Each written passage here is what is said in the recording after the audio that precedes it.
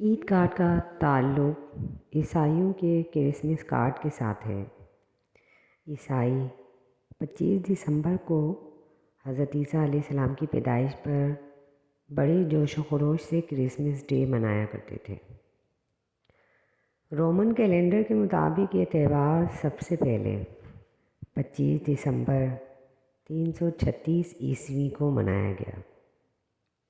عیسائی اس دن اچھے کھانے پکاتے، گھروں کی تزئین اور آرائش کرتے اور گرجے میں جا کر مذہبی گیت گایا کرتے تھے۔ یہاں سے یہ دیگر ممالک کے عیسائیوں میں پھیلا۔ انہوں نے اپنے اپنے انداز میں منانا شروع کر دیا۔ زمانے کے ساتھ ساتھ اس دن کے منانے میں تبدیلیاں آتی رہیں۔ کسی نے سانتا کلاس کے تحائف کی ابتدا کی تو کسی نے سبزے سے گھروں کو سجانے کی۔ 18ویں صدی عیسوی میں کرسمس ڈے پر 2 اور چیزوں کا اضافہ ہوا۔ ایک کرسمس ٹری، 25 دسمبر کو درختوں کو روشنیوں سے سجانے کی رسم، اور دوسرا کرسمس کارڈ تھے جو 25 دسمبر کے قریب دکانوں پر فروخت ہوتے اور اپنے اپنے ملنے والوں کو بھیجے جاتے تھے۔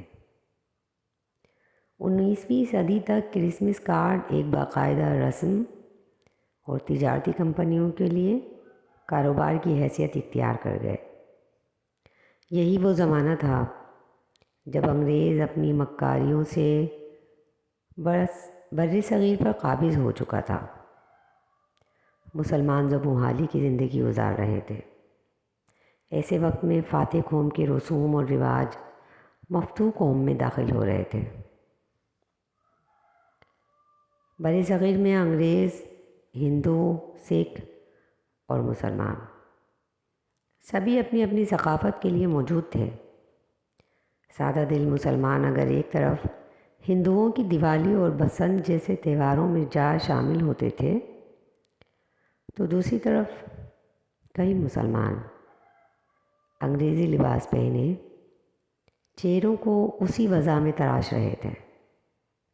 چنانچہ اس دور میں جب عیسائی اپنے قومی تہوار پہ ایک دوسرے کو کرسمس کارڈ بھیجتے تو ان کی دیکھا دیکھی مسلمانوں نے بھی اپنے مذہبی تہوار یعنی عید الفطر پہ ایک دوسرے کو کارڈ بھیجنے شروع کر دیے۔